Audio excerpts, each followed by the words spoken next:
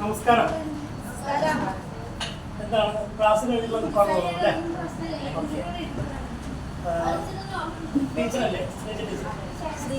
Sridevi teacher അല്ലേ? ഞാൻ പേര് ശ്രദ്ധിച്ചിരുന്നു. നിത്യഹരിത കലാലയം.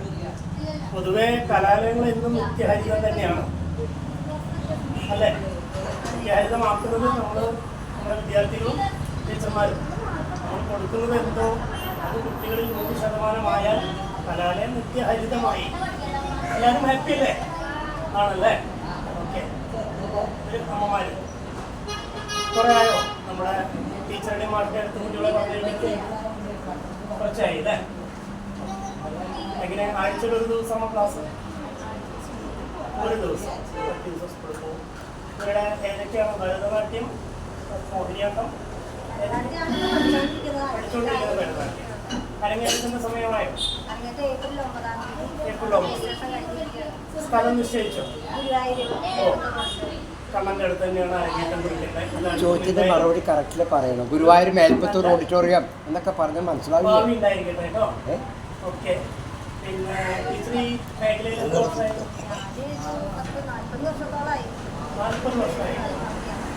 അതിൽ കേട്ടിട്ടുണ്ട്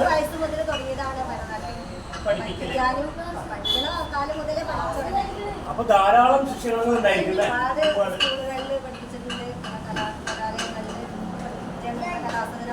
സൂപ്പർ ബാലയിൽ അസിസ്റ്റന്റ് ടീച്ചറായിട്ട് 14 വർഷം.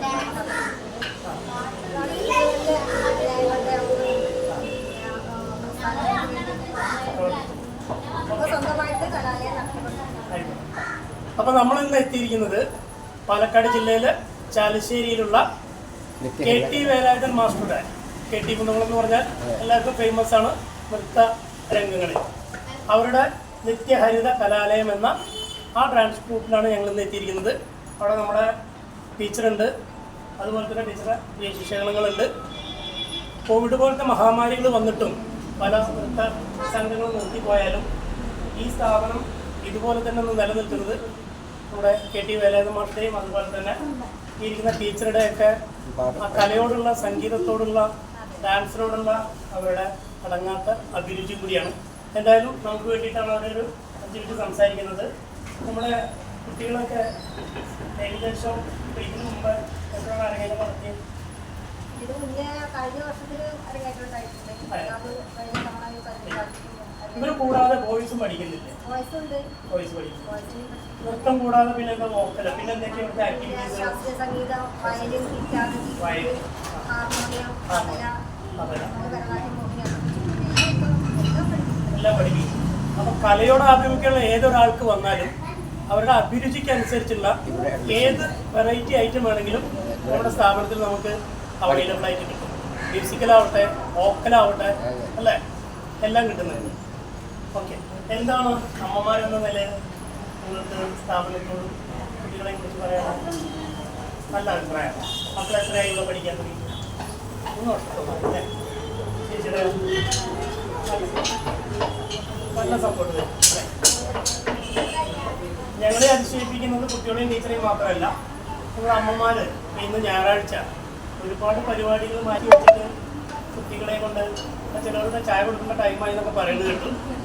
അപ്പോൾ അതെല്ലാം മാറ്റി വെച്ച് കുട്ടികളിൽ ആ ഒരു കലാവാസന ഉണ്ടാവട്ടെ പറഞ്ഞ് വരുന്നത് എന്തായാലും ഞങ്ങൾ അഭിമാനിച്ച് പറയുന്നു. ടീച്ചറെ കുട്ടി പഠിക്കുന്നുണ്ട്. ഏതാണ് പഠിക്കുന്നത്? ഭരതനാട്യം. എത്രാം ക്ലാസ്സിലാണ് പഠിക്കുന്ന മോള്? 5. മോളുടെ പേര്? ഓക്കെ. എന്തായാലും ഞങ്ങൾ ഈ ഒരു സംരംഭം ജനങ്ങളിലേക്ക് കൂടി ഒന്ന് എത്തിക്കാൻ വേണ്ടിയിട്ടാണ് എത്തിയിരിക്കുന്നത്.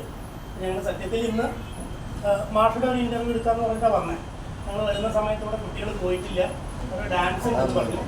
ഞങ്ങൾ ആ ഡാൻസ് ഒന്ന് കാണുകയുണ്ടായി. വളരെ മനോഹരമായിരുന്നു. എന്തായാലും അരങ്ങേറ്റത്തിന് മുമ്പ് എല്ലാവർക്കും വേണ്ടിയിട്ട് എന്തായാലും ഒരു നല്ല പാട്ട് നിങ്ങൾക്ക് വേണ്ടി കഴിക്കുന്നുണ്ട്. നല്ല ഡാൻസായിരുന്നു.